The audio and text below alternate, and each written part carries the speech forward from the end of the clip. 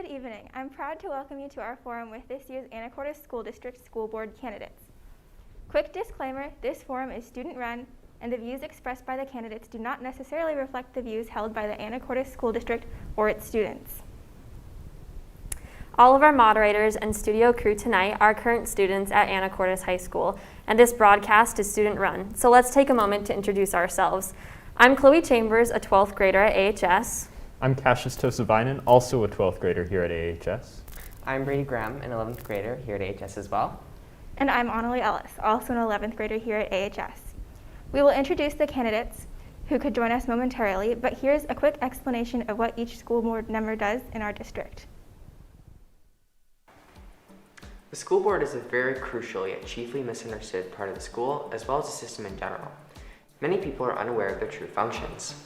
Policy. A school board member has the most control over policy and long-term goal setting. The school board will have influence over what district-wide policies are implemented. The school board has the most to do with the broad adjustments to how the school district functions, rather than, say, school staff, which have a greater impact over day-to-day operations. Accountability. The school board represents the community. They are put in a place of accountability for the student learning experience.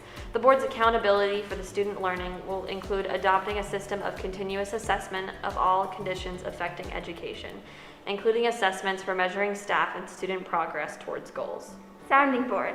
The school board functions as a sounding board for public matters. The board will work to advance the community's vision for its schools, pursue the district goals, encourage progress and energize systematic change, and ensure that students are treated as whole people in a diversified society. Now that that's out of the way, let's quickly go over the format of the forum. Candidates will be asked a series of questions, in which the length will depend on the question. Every candidate will have an opportunity to answer and then that allowed time.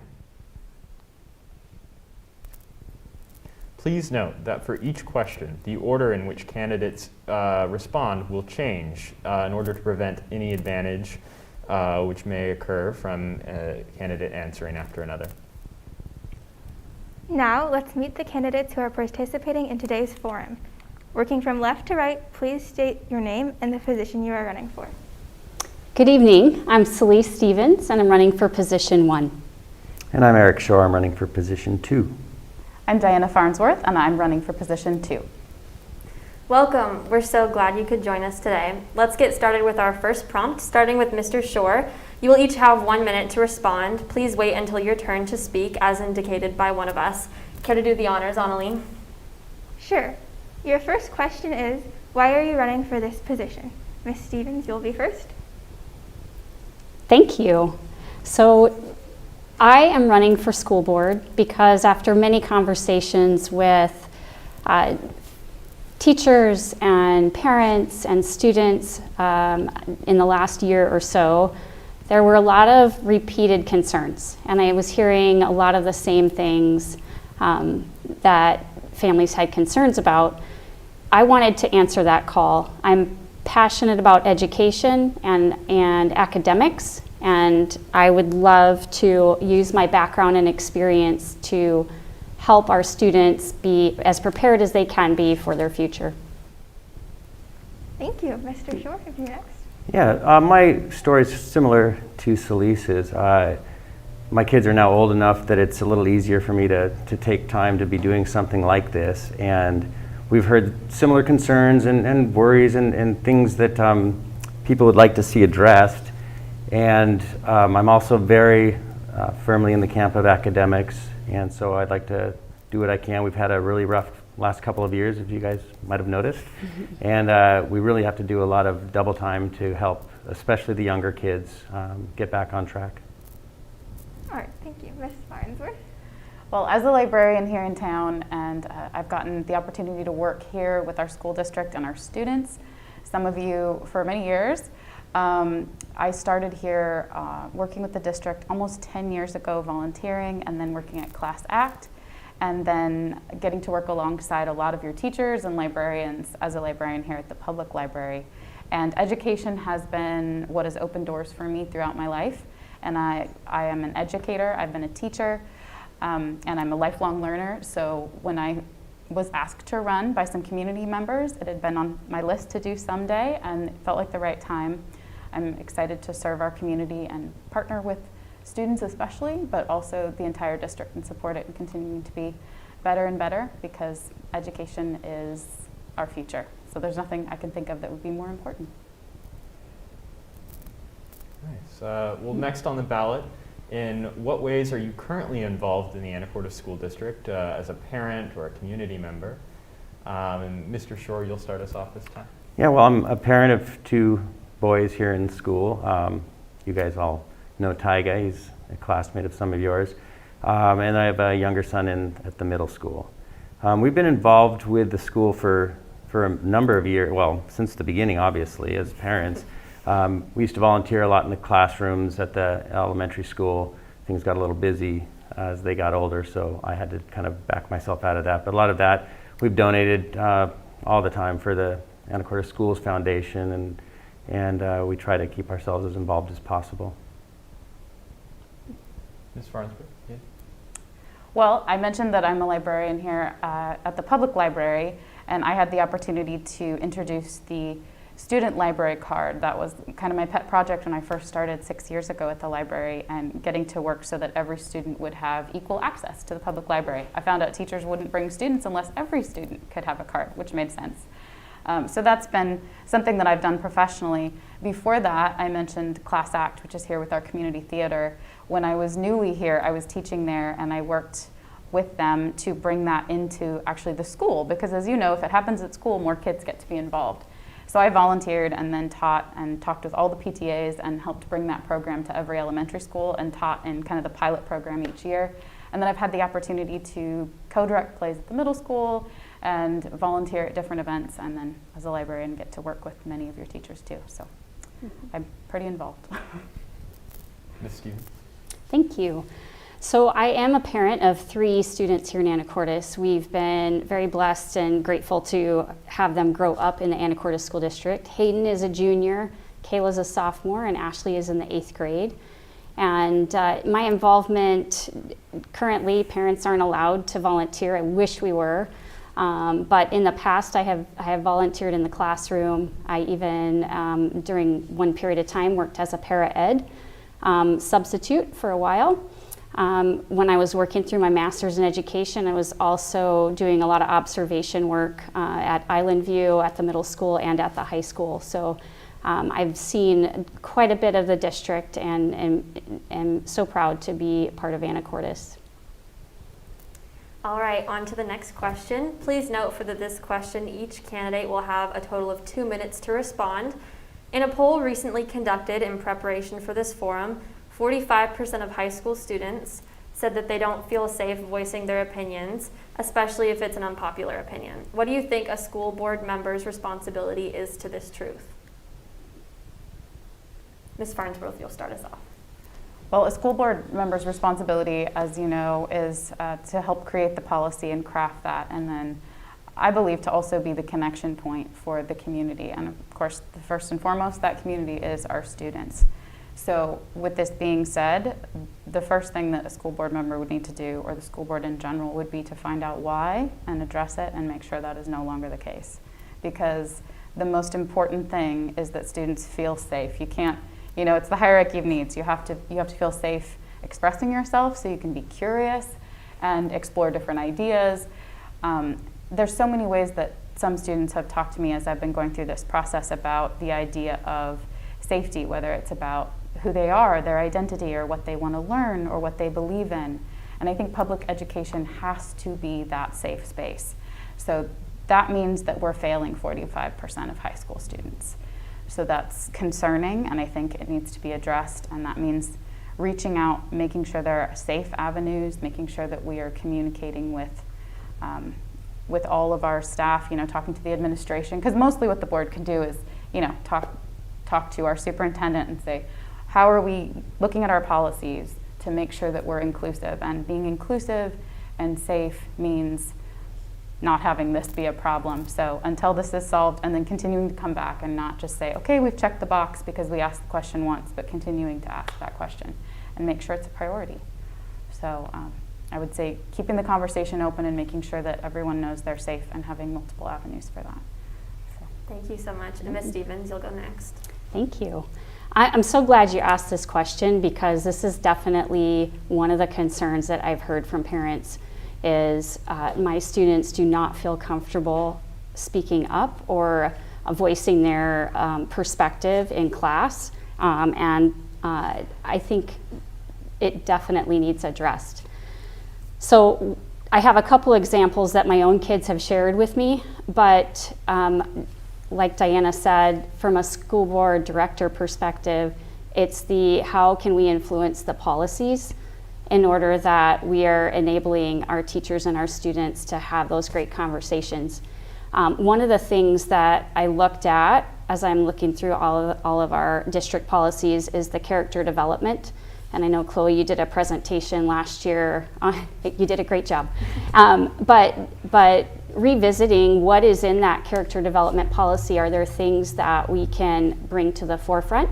Are there things that need revised, or we need to word them differently, or address some new things that maybe weren't included?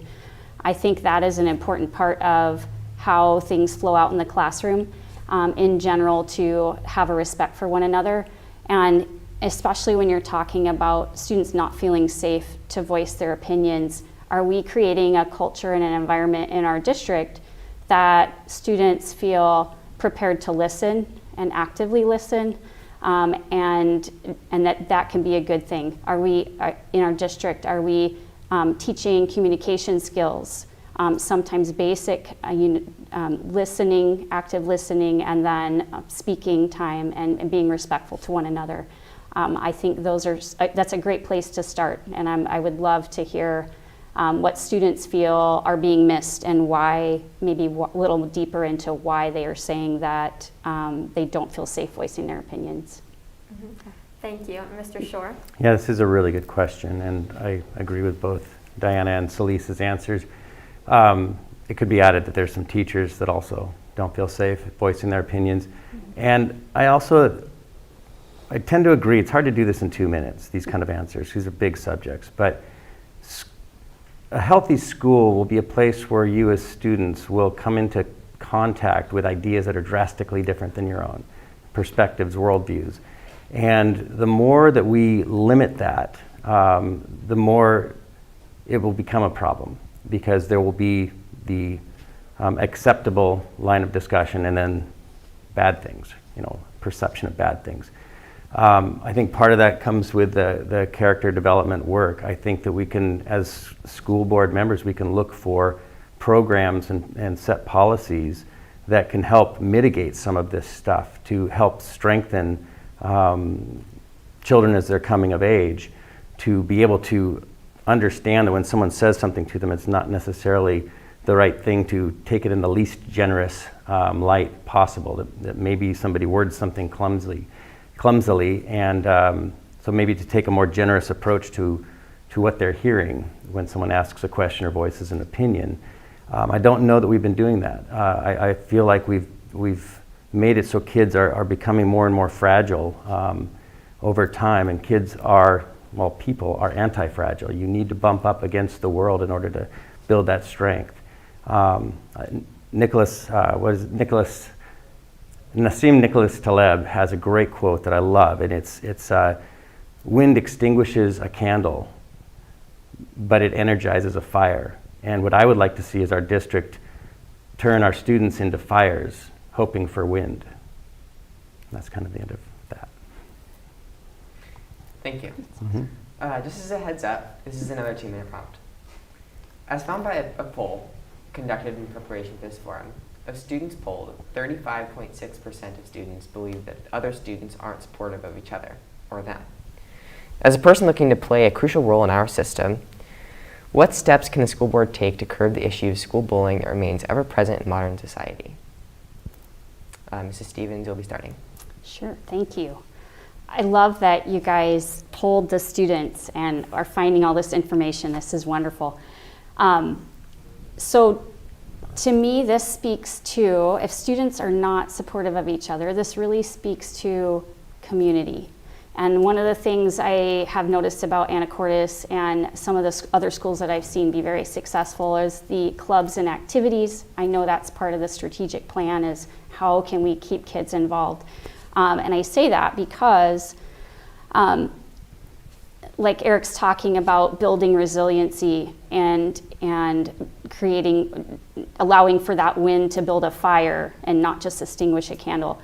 One of the great things we've learned about resiliency is when we encounter a challenge or adversity and then we're allowed to connect with our community, we get stronger from that. It builds character, it builds strength.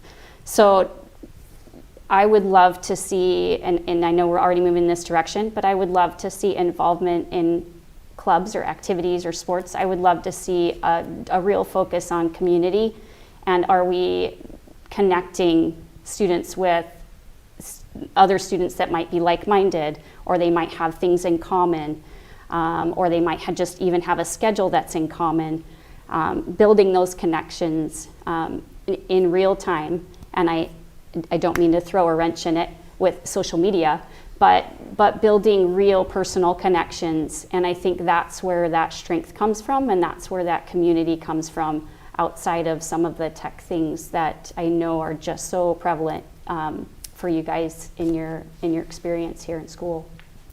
Yeah. Thank you so much. Yeah. Mr. Shore. Yeah, Celeste, I couldn't say it better. I mean, she just said that wonderfully, and I won't take 2 minutes because I can't really add much to that. The interpersonal connections, face-to-face, in person, is the key to all of it. When we're only behind screens, whether it's a phone screen or a computer screen, and trying to interact that way, you miss so much of the human experience.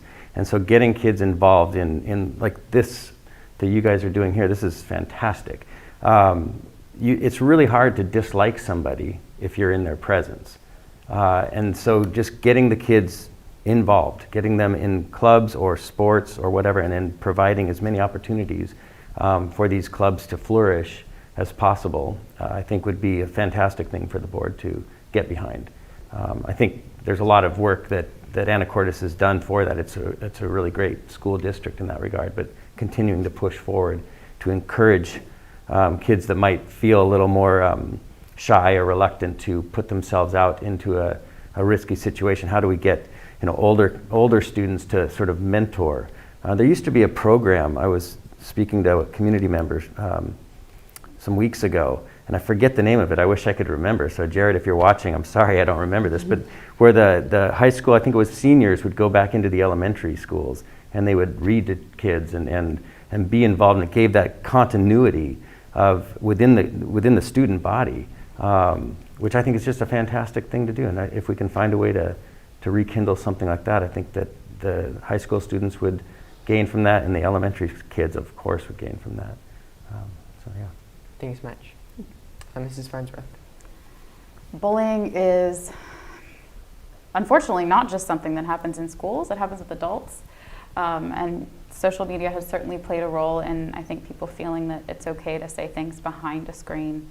But as a school board member, a school board's job is to make sure that there is a very clear zero tolerance policy of bullying, I think. And that has to be, we have that, but it has to be. I served on the anti-racism committee this last year, and a lot of teachers spent time, out of their own time, it wasn't during school hours, being there, asking for real support from their board and from their administration on how to know what the steps were if they heard something that was intolerant. Because hate speech is different than an opinion, right? There are some things that are not okay. And so a school board needs to set the standard within policy, and that needs to be clear. The training needs to be available. The funds have to be found so that that training is available for teachers. It has to be demonstrated and modeled in a clear pillar. And I think the equity policy that we have is going to be that foundational part of going, everyone is included, but there are real steps in education that the board, our state has voted to say that they want boards to be aware of, being culturally aware and to understand how to be inclusive and what steps we need to take to get uncomfortable so that we can then be comfortable with people who are different. And so we need to be thinking about that in every aspect of our education. So the board's role is going to be to set policies that help inform the culture, the atmosphere, the training for teachers, and all the way to the curriculum going, we are going to be a community that is inclusive and that listens, where people are supportive of each other, and we're going to demonstrate that.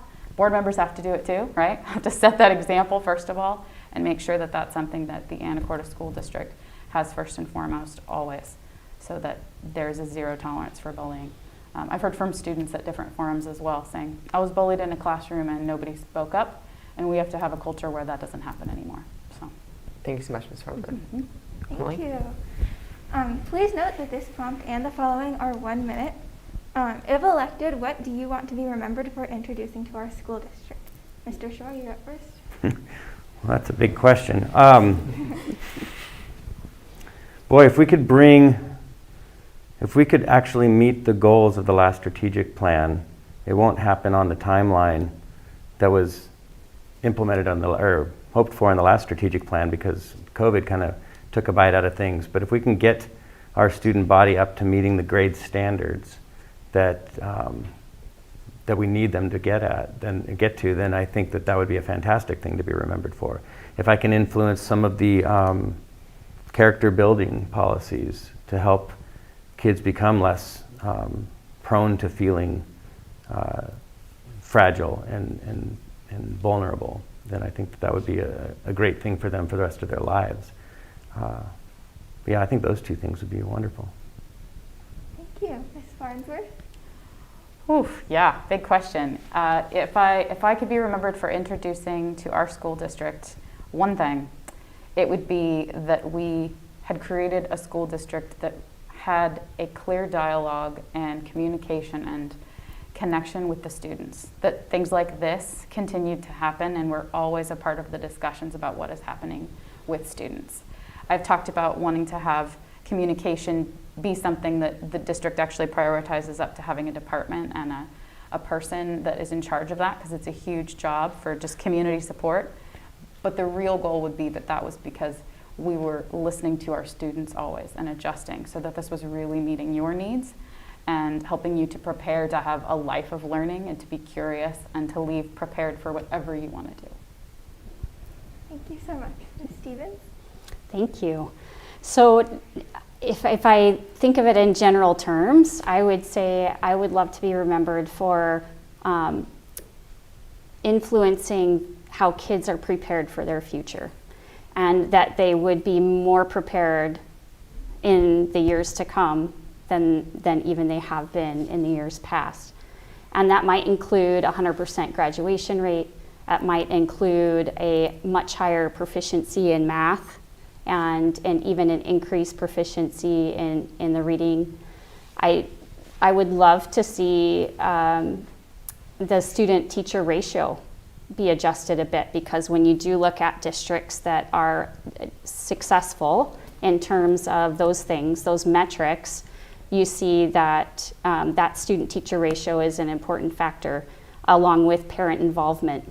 So all of these things kind of work together to say I would love to see students be more prepared, whether they go into trade school or college or just have independent living. Those are all things that I would love to see us influence in the next few years. All right. Well, before we do our closing remarks, we have one final question. What is something positive you can say about your opponent? Ms. Farnsworth, you're going to start us off. Absolutely. Eric and I met through this process. I didn't know him before. I think I'd met his children a couple times in a class, not knowing, obviously. Every single time he has been a class act. We've had conversations with at other forums, around tables. We've been able to listen to each other, and I've felt like we are both passionate about students, and we're here for the same reason. And I've never felt bullied or talked over or put on the spot, and we've been able to share ideas and get to know each other a little bit. Appreciate that. And Ms. Stevens, I don't think your opponent could make it tonight, but if you could still say something. No, oh, sure. Yes. No, and likewise, through this process, it's been wonderful to get to know the other candidates, and Meredith is definitely a community person. She's connected to the community, she serves her community, and she is quite involved in a lot of things that go on here in our community, to include the Arts Festival. But the compliment is I just appreciate her connectedness to this Anacortes community that we love, and she uses her time and efforts to contribute very positively. Mr. Shore? Yeah, I have a similar experience that Diana had. That I was really busy this summer. We run a seasonal business, as most of you know, and couldn't really do a whole lot of engaging in the campaign. But there was a lot, and hopefully you guys were kind of insulated from this, but there was a lot of like weird stuff going around, weird things being said. And so I didn't know exactly what to expect from Diana, because some of the people out there were saying things weren't really all that nice. When I met her, I was pleased as punch. I mean, we actually share a lot of the same values, as far as I can tell, the deep, the fundamental stuff of what we want for the kids and the success we share. And so she's a kind person who seems very sincere and friendly and open. And so it's been nice. Thank you. Okay, now for closing statements, is there anything else you would like to say to our viewers before we close? Ms. Stevens, you'll start us off.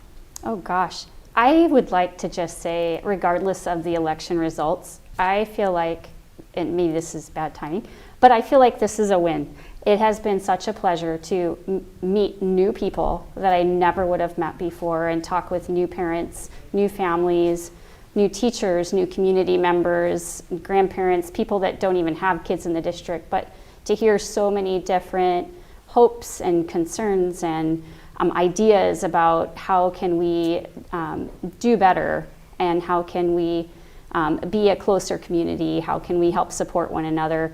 And so for me, this is a win regardless of the outcome. I'm super grateful to have had my kids grow up in the Anacortes School District, but also to be a part of all of this now as well. Thank you. And Mr. Shore, you'll be going next. Yeah, I've really enjoyed the process as well. I mean, some parts were less fun, but for the most part, it's just been wonderful to meet all these new people in the community, supporters and otherwise, and to learn so much about what goes on behind the scenes at schools. My kids are great, and they've loved their school experience, and so there's been certain things, I've said this in other forums, that I just wasn't paying attention to as just one of those parents whose kids are doing fine. And I've learned an incredible amount about how everything's working, and it's been a fantastic learning process. So again, regardless of the outcome of the election, it's something I get to take forward, and I think it'll be helpful. Thank you. Ms. Farnsworth. Vote, first of all. There's nothing more important on your ballot than the school board. So be informed, vote, ask us questions, watch all the forums. Even if you don't have students in the school district, this is our future. So I've had some people tell me I don't worry about school board because I don't have students, and that doesn't make any sense to me.